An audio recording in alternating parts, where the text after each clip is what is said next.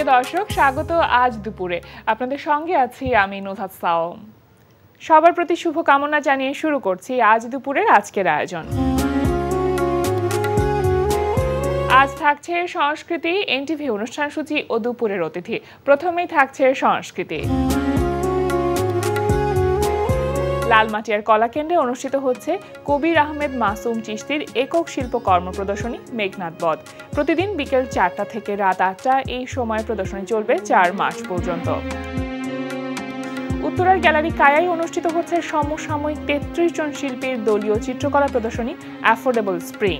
প্রতিদিন বিকেল 4টা থেকে রাত 8টা এই সময় প্রদর্শনী খোলা থাকছে 9 মার্চ পর্যন্ত। এবার এনটিভি অনুষ্ঠান সূচি। এবার জানিয়ে দিচ্ছে এনটিভির আজ রাতের বিশেষ বিশেষ অনুষ্ঠানগুলির সময়সূচি। সন্ধ্যা 6:35 সরাসরি সম্প্রচার হবে সাইফুল্লাহ সাইফের প্রযোজনায় ইসলামী অনুষ্ঠান আপনার জিজ্ঞাসা। তোমার দুনিয়াতে আমি যেদিকে তাকাই, অথই নিয়ামতে ডুবে আছি সবাই। পাক পাখালির গানে শুনে তসবিহ কলো রব, তসবিহ কলো রব, আল্লাহ আমার রব, এই রবই আমার সব। রাত 8:20 থাকছে শফিকুর রহমান শান্তনুর রচনায় সাজিন আহমেদ বাবুর পরিচালনায় ধারাবাহিক নাটক ঘরের শত্রু বিভীষণ। আরে আমি এমনিতেই অনেক সমস্যার মধ্যে আছি, আর তুমি কিছু কর ফ্যাচ ফ্যাচ ফ্যাচ ফ্যাচ ফ্যাচ ফ্যাচ। আমি আপনার এই বাড়িতে থাকবো না, এই বাড়িতে কেউ আমাকে মানে না, কিছু শুনে না, আর তার উপরে আপনার ছেলে একটা রাস্তার মেয়েকে বিয়ে করে আনতেছে। জি জি জি জি জি জি জি জি জি, আমি এই বাড়িতে থাকতে পারবো না। জি, আরে তোমাকে তো আগেই বললাম তোমাকে অন্য জায়গায় শিফট করে দিই। শিফট করে দিলে তো আর তোমাকে এগুলো ফেস করতে হতো না। তুমি তো সে কথা শুনলে না। আমি অন্য বাড়িতে যাবো কেন? আর আমি কি একা যাবো নাকি? গেলে আপনাকেও যেতে হবে। আমি তো বলেছিলাম আমি মাঝে মধ্যে যাব। মাঝে মধ্যে যাবো না? না না না না না, যে কোনো একটা চুজ করতে হবে, নাহলে এখানে থাকবেন, নাহলে আমার সাথে যাবেন। আরে এই বাড়িতে আমার মা আছে, আমার ছেলেরা আছে, হ্যাঁ, আমার এখানে থাকতে হবে না? কি আমি একা থাকবো? না না, তুমি একা থাকবে কেন? তুমি থাকবে, চাকর বাকররা থাকবে, তোমার বাবাকে নিয়ে আসবো, অসুবিধা কি? আমি বুঝলাম না আপনার কথা। আমি কি আপনার বউ নাকি অন্য কিছু? এখন এসব বলো না তো, আমি অনেক ঝামেলার মধ্যে আছি। রাত 11:30 সম্প্রচার হবে টক শো এই সময়।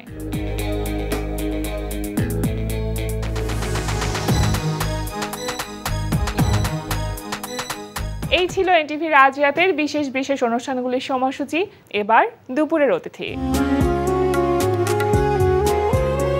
প্রিয় দর্শক, আমাদের আজ দুপুরের অতিথি অভিনেতা মোস্তাফিজুর নূর ইমরান। শুভ দুপুর ভাইয়া। শুভ দুপুর। কেমন আছেন? ভালো আছি, আপনি ভালো? ভীষণ ভালো আছি। কাজ কেমন যাচ্ছে সবকিছু মিলিয়ে? অভিনয়ের ব্যস্ততা? অভিনয়ের ব্যস্ততা, আমি তো একটু এত ব্যস্ত অভিনেতা নই আসলে। আমি খুব কম কাজ করি, সময় নিয়ে কাজ করি, সুতরাং সেই অনুযায়ী গুড। আচ্ছা, মানে একটু এক্সক্লুসিভ কাজ, একটু বেছে বেছে কাজ করা হয়? এটা একটু বেছে বেছে না, ভালো গল্প এবং ভালো ক্যারেক্টার, এইটার জন্য অভিনয় শিল্পীকে অপেক্ষা করতে হয় আসলে। কারণ আপনি ইন্ডাস্ট্রির দিকে তাকালে এখনও ইন্ডাস্ট্রির অবস্থা তো নিঃসন্দেহে খুব একটা ভালো অবস্থায় নেই। ইন্ডাস্ট্রির আয়ের ফোঁটাটা পড়েনি এখন পর্যন্ত। তো কাজের জন্য এটা অভিনয় শিল্পী অপেক্ষা করেন যে কখন তার কাছে একটা ভালো চরিত্র আসবে, একটা ভালো গল্প আসবে। তো ওইটা রেয়ার, তো খুব রেয়ার কেস। কিন্তু যখন একজন অভিনয় শিল্পী পেশাগত জায়গা থেকে অভিনয়টা করছেন, তখন এই যে অপেক্ষা, সেটা তো নিশ্চয়ই ব্যক্তিগত জীবনের উপর প্রভাব পড়ে। পড়ে, সেটা কিভাবে আসলে ম্যানেজ করেন? এটা অন্যান্য পেশাগুলোতেও যেভাবে ম্যানেজ করতে হয়, মানে সার্ভাইভালের জন্য স্ট্রাগল করতে হয়, সেটা শেষ মুহূর্ত পর্যন্ত স্ট্রাগল করতে হয়, এখানেও তাই করতে হয় আসলে। এটাকে এখানে আলাদা কোনো ইয়ে নেই। তবে আমার মনে হয় এই অপেক্ষার সময়টা খুবই গুরুত্বপূর্ণ একটা ভালো কাজে ডেডিকেশনটা আরো বাড়ায় দেওয়ার জন্য আর কি। নিঃসন্দেহে। কিন্তু এই অপেক্ষার সময়টাতে কখনো ফ্রাস্ট্রেশন কাজ করে না? আমি বলবো আমার করে না, অনেকের করে। আমি অনেককেই দেখেছি, জানি করে, কিন্তু ফ্রাস্ট্রেশন করে কি আসলে সেটা সমাধান হবে? যেটা করে আমরা যে জিনিসটা করে সমস্যার সমাধান হবে না, তো সেটা করে লাভ কি? এই অপেক্ষার সময়টা আপনি কিভাবে কাটান? মানে কিভাবে আসলে এই সময়টা কাটানো হয়? I try to improve myself. কিভাবে সেটা? আমার কোথায় কোথায় আমি ট্রাই করি আমার আগের কাজগুলো তে কোথায় কি প্রবলেম ছিল বা ফিডব্যাক কি ছিল, মানে নিজের পুরনো কাজগুলো দেখে দেখে নিজেকে ইমপ্রুভ করা। সেটাকে তারপরে চর্চার জায়গা আছে।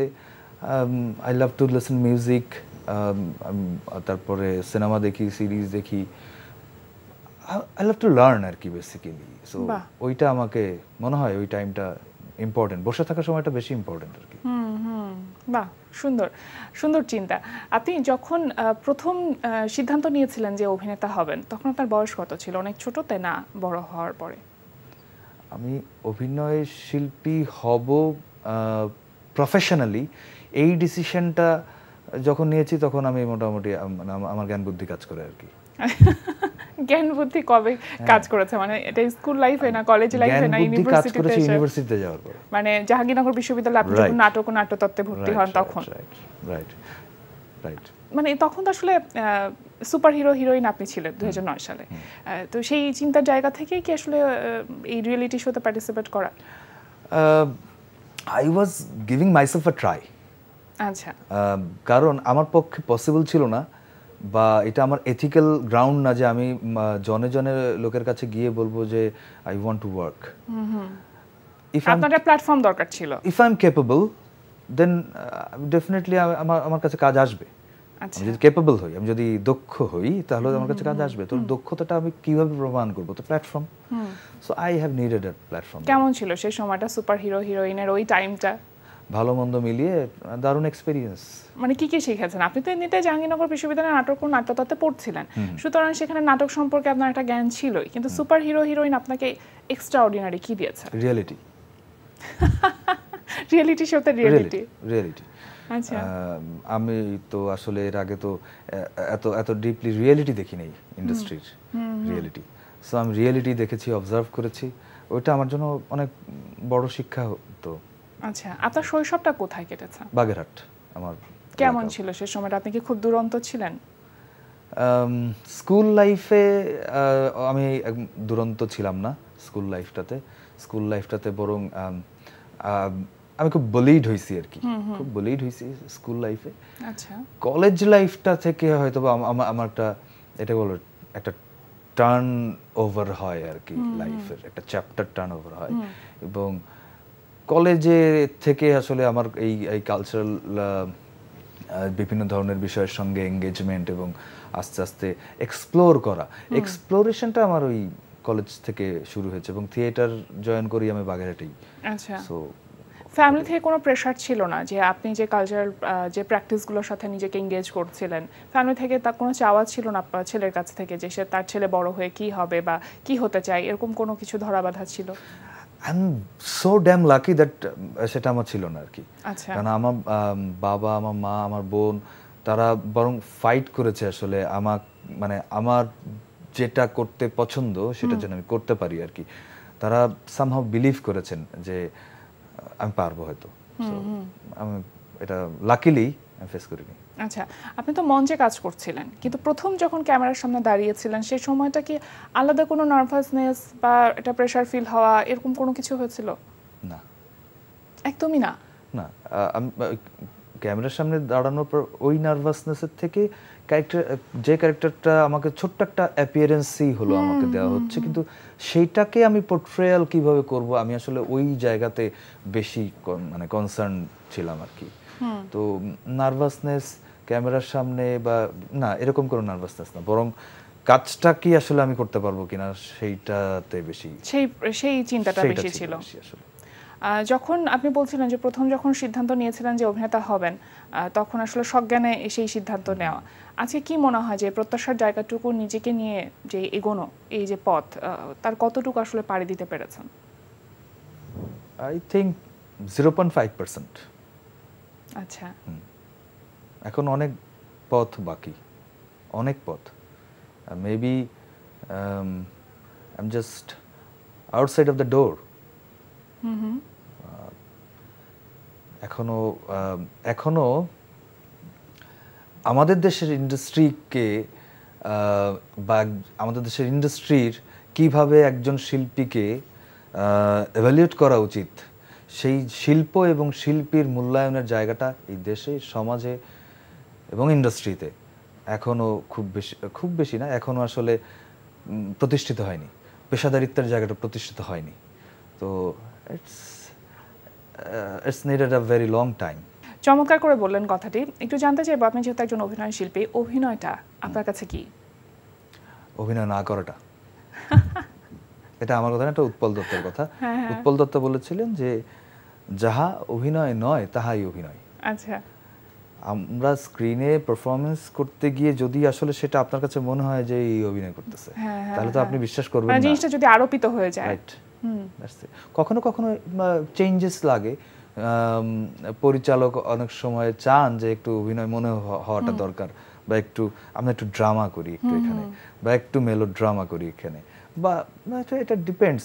এখন হয়তো আমাকে কোনো ডিরেক্টর বলছেন যে আমি খুবই ন্যাচারাল চাই, কোন ডিরেক্টর হয়তো বলছেন যে না আমি ন্যাচারাল চাই না। তো আলটিমেটলি আমরা তো ডিরেক্টরের ভিশন পোর্ট্রেয়াল করি আর কি। আচ্ছা, বেশ কিছু প্ল্যাটফর্মে আপনি কাজ করছেন, কিন্তু এখন ব্যস্ত আছেন কোন প্ল্যাটফর্মটা নিয়ে সবথেকে বেশি? কোন অ্যাক্টরের ক্ষেত্রে প্ল্যাটফর্ম আই থিংক ম্যাটার করে না। আচ্ছা, depends on story and the character. মানে ব্যাপারটা কি এরকম যে ধরেন আমরা দেখি না ওটিটির কন্টেন্টগুলো একটু ডিফারেন্ট থাকে, আপনি যে ধরনের আসলে চরিত্রের জন্য বা গল্পের জন্য অপেক্ষা করে থাকেন সেই ধরনের গল্প বা চরিত্রগুলো কি ওটিটিতে বেশি পাওয়া যায়? এখন তো ওটিটিতে বেশি পাওয়া যাচ্ছে, কারণ ওটিটির বাজেট অনেক বেড়ে গেছে, ওটিটির ক্ষেত্র বেড়ে গেছে, অনেক অডিয়েন্স আলাদা হয়ে গেছে। ওটিটিতে এখন যে কাজগুলো হচ্ছে এর থেকে হাজার হাজার ভালো গুণের কাজ বাংলাদেশের টেলিভিশন চ্যানেলগুলোতে বহু আগে হয়ে গেছে। আচ্ছা, তখন বাংলাদেশের টেলিভিশন চ্যানেলগুলোর কন্টেন্টটাকে গুরুত্ব দিত। টেলিভিশন চ্যানেলে একটা কাজ আপনি বন্ধনের মতো একটা সিরিয়াল লাস্ট কবে কোন চ্যানেলে দেখেছেন এটা আপনি মনে করতে পারবেন না। স্পর্শের বাইরের মতো একটা সিরিয়াল কোথায় দেখেছেন আপনি লাস্ট মনে করতে পারবেন না। আপনি এখন আমরা টেলিভিশন চ্যানেলগুলো এত বেশি কেন কেন কেন আমি জানি, বিকজ অফ বিজনেস, কিন্তু কন্টেন্টটা হারিয়ে যাচ্ছে আর কি। Business, view and other things এর among other things, I am quoting it, other things. তো আদার থিংস এর মধ্যে ঢুকে গেলে আসলে গল্প কন্টেন্ট থাকবে না। সো ওটিটিতে এখন সেই জায়গাটা এখনো হয়নি, হয়নি, এখনো ফ্রেশ আছে জায়গাটা, এখনো আমি বলবো না একেবারে ফ্রেশ আছে। আচ্ছা, মানে প্রত্যেকটা সাইডে তো একটা এটা রেট পাশে থাকে আর কি, এপিটোপিক থাকে। আমার মনে হয় যে এখনো টেলিভিশন চ্যানেলগুলোরও আবার ঘুরে দাঁড়ানো সম্ভব। এইচবিওর মতো মানে চ্যানেল গেম অফ থ্রোনসের মতো সিরিজ দিয়ে তো ঘুরে দাঁড়াইলো। টেলিভিশন চ্যানেলগুলো এখনো সম্ভব ঘুরে দাঁড়ানো, যদি তারা আসলে ফিট ইন করতে পারে ইন দিস টাইম। টাইমকে অস্বীকার করে করা যাবে না আর কি। We have to fit in time. জি, অবশ্যই। আপনি যখন কোনো বড় স্টারের সাথে কাজ করেন, ধরেন মোশাররফ করিম হতে পারে, বা কিছুদিন আগে রঙিলা কিতাবে পরিমণির সাথে কাজ করেছেন, এই যে বড় বড় স্টারের পাশে কাজ করবার জন্য যখন এই কন্টেন্টগুলো রিলিজ হতে থাকে তখন তাদের নাম যেভাবে সামনে আসে, তখন একজন অভিনেতা হিসেবে আপনার নামটা সে অর্থে সামনে আসছে না, এই ব্যাপারটা কি আপনাকে কখনো পীড়া দেয় কিনা? I am enjoying it. আচ্ছা, বিকজ আপনি যদি খেয়াল করেন যখন মোশাররফ ভাইয়ের সঙ্গে কাজ হয়েছে, কিন্তু আপনি মলয়ের নামটা শুনেছেন, listen Malay as a character. আপনি পরিমণি, মহানগরের মলয়, হ্যাঁ মহানগরের মলয়, বা আপনি রঙ্গিলা কিতাবে আপনি প্রদীপকে চিনেছেন। So I don't mind, I really enjoy. আমাকে না চিনলে কোনো অসুবিধা নেই, আপনারা আমার ক্যারেক্টারকে যদি অ্যাপ্রিসিয়েট করছেন, ক্যারেক্টারটাকে ভালোবাসছেন, দ্যাট ইজ ইট। একজন অ্যাক্টরের জীবনে আর কি দরকার যদি তাদের ক্যারেক্টারগুলো রিমার্কেবল হয়। আপনার ভিশনটা কি, মানে টার্গেটটা কি, নিজের লাইফ বলি বা নিজের অভিনয় জগৎ বলি, এটা নিয়ে আসলে আপনার পরিকল্পনাটা কি? I want to die till working. আচ্ছা, দ্যাটস ইট। কাজ করতে করতেই ছাড়তে চাই, এই জার্নিটা শেষ করতে চাই। যখন কোনো কাজ করেন, আপনি বলছিলেন তো ডিফারেন্ট ক্যারেক্টার, সেটা তো আছেই, কিন্তু এই যেটা ভিউজের ব্যাপার এখন বেশ প্রচলিত, বা ভাইরালের ব্যাপারটা একটা বেশ আমাদের পরিচিত হচ্ছে, কিংবা ছোট ছোট রিলসের মাধ্যমে সবাই দর্শকদের সাথে কানেক্টেড হতে চাচ্ছে, এই ব্যাপারটাকে আপনি কিভাবে দেখেন? Negative, completely negative. তাই যদি হয় তাহলে আর অনেক কিছু আছে যেটা খুব চলছে, যা চলে তাই যদি করবেন তাহলে আরো অনেক কিছু আছে যা চলছে, সেগুলো করেন। if you belong in this industry and you want something bigger, তাহলে আপনি এই ছোট্ট একটা জায়গায় কুয়ার ব্যাঙে হয়ে লাভ নেই আসলে। আপনি রিলসে কে কি করলো, ভিউতে কে কি করলো, এর 100 মিলিয়ন 200 মিলিয়ন ডাজন্ট ম্যাটার। একটা ভালো কাজ থেকে যাবে, যে ঋত্বিক ঘটকের কথাটার মতো, দুনিয়া অন্য টাকা থাকবে না, অন্য কিছু থাকবে না, ভালো কাজটা থেকে যাবে। আপনি কয়জন ভিউ, আজকে অনেক ভিউ আছে, তাদের কয়টা কাজ আপনি মনে রেখেছেন? কিন্তু আপনি ভিউ নাই কিন্তু ভয়াবহ ভালো পারফর্মার বা ভয়াবহ ভালো কন্টেন্ট, এরকম কাজ আপনি মনে রেখেছেন? আপনি হুমায়ুন ফরিদের ভিউ ছিল কত? So that's a different I think argument, but এটা মোটেও ঠিক না ইন্ডাস্ট্রির এই রাস্তাটা বেছে নেওয়া। আমি মনে করি ভিউয়ের পেছনে না ঢুকে ওই যে ট্যালেন্টের পেছনে থাকাটা ভালো, ট্যালেন্টকে প্রমোট করা ভালো আর কি। সেই লক্ষ্যেই বোধহয় এই ইন্ডাস্ট্রির একটা রেসপন্সিবিলিটিস আছে। আপনি বিলং করেন ইন্ডাস্ট্রিতে, তার মানে আপনার রেসপন্সিবিলিটি নিতে হবে। আপনি যদি টেলিভিশন চ্যানেল ওনার হন, আপনাকে রেসপন্সিবিলিটি নিতে হবে। আপনি যদি প্ল্যাটফর্ম, ওটিটি প্ল্যাটফর্ম ওনার হন, আপনাকে রিস্ক নিতে হবে, আপনাকে রেসপন্সিবিলিটি নিতে হবে, আপনার দায়িত্ব আছে। আদারওয়াইজ আপনি এটা শুধুমাত্র, আপনি বলছেন এন্টারটেইনমেন্ট ইন্ডাস্ট্রি, তাহলে entertainment, what is entertainment? So আপনাকে এটা পরিষ্কার আসতে হবে আসলে। তো এটা আমার মনে হয় যে আপনার কখনো নিজের ডিরেকশনের প্রতি আগ্রহ আছে, আপনি নিজে ডিরেকশন দিবেন এমন কিছু? দিব, অবশ্যই দিব। আগে এই ভাবনাটা ছিল না, এটা খুবই রিসেন্ট এই ভাবনাটা আমার ভেতরে গ্রো করেছে। এটার রিজনও আমি খুব পরিষ্কার আমি জানি আসলে। সেটা হলো যেহেতু আমার একটা নিজের প্রডিউসিং ফার্ম আছে, আমি প্রডিউসিং করি, তো গল্পটা আরেকজন ডিরেক্টরকে যখন বোঝাইতে হয় তখন সেইটা না, ওই আমি আপনার কাছে যেভাবে বলবো কথাটা, আপনি আরেকজনকে বলবেন, তো ওই এটার যে অর্গানিক যে ভিশন, এটা আলাদা হয়ে যায়। সো সেটার থেকে অনেক কিছু কিছু গল্প আছে যে গল্পটার ভিশন আপনি নিজের মতন করে করতে চান। আসলে শুভকামনা রইল সকল কাজের জন্য। আজকে আমাদের আয়োজনে এসেছেন, সময় দিয়েছেন, আমন্ত্রণে সাড়া দিয়েছেন, অসংখ্য ধন্যবাদ আপনাকে। Thank you.